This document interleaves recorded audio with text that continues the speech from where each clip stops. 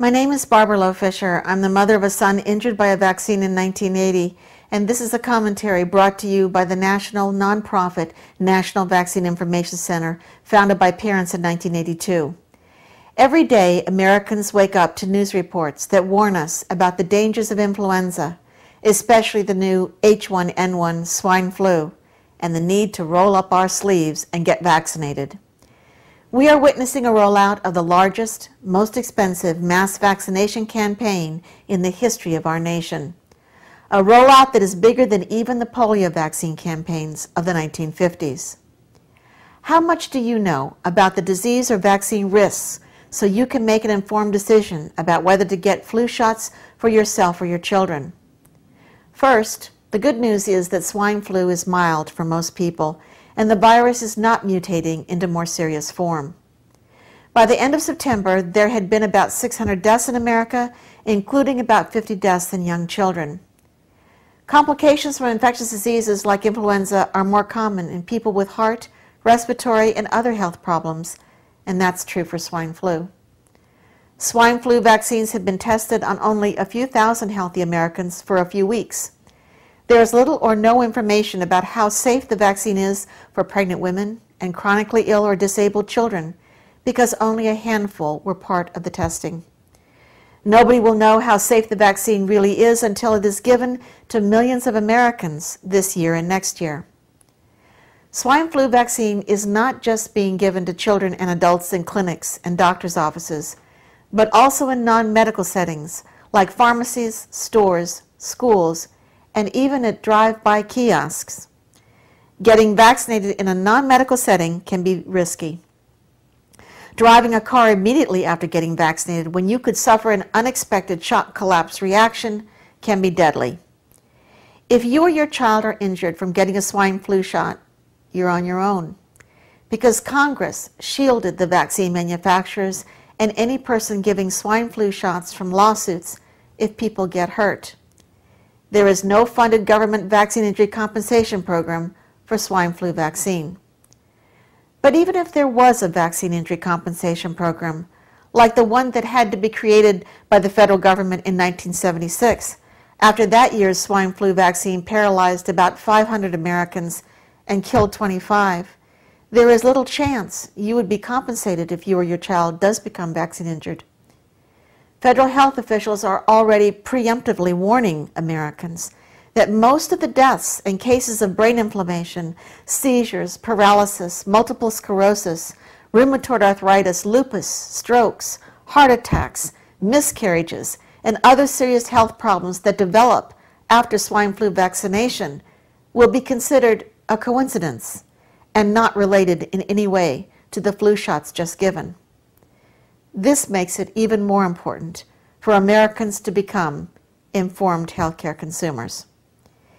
If you choose to get vaccinated and you or your child do suffer a health complication, insist that the healthcare worker who gave the shot immediately file a report with the federal Vaccine Adverse Event Reporting System. If the person who gave the flu shot won't file a vaccine reaction report, you can file it yourself. Do not let a doctor or anyone else tell you that a serious health problem you or your child experiences after vaccination is a coincidence, and allow more shots to be given until you know for sure. The most tragic cases of vaccine injury occur when vaccine reaction symptoms are dismissed as a coincidence, and more vaccines are given that result in more severe symptoms and sometimes end with permanent brain and immune system damage or death.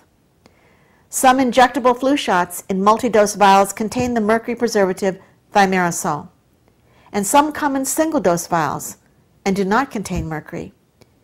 If you get vaccinated, make sure you know what is in the vaccine you're getting, because people can be very allergic to different components of vaccines, and some people can't get the live virus flu vaccine. Doctors are telling some children under 10 years old to get 3 to 4 flu shots this year. 2 shots for seasonal flu, and 1 or 2 more for swine flu. We've never given young children 3 to 4 flu shots in a single year, and there is no information about how safe it is to do that.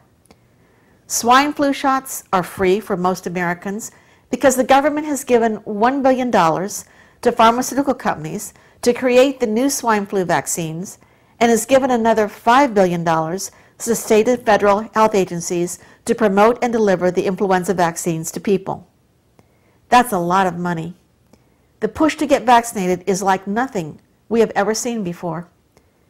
The fact is, millions of people around the world have recovered from swine flu, and millions more will get sick with fevers, body aches, nasal congestion, cough, and sometimes diarrhea and vomiting, and recover from it this year and next year without any complications.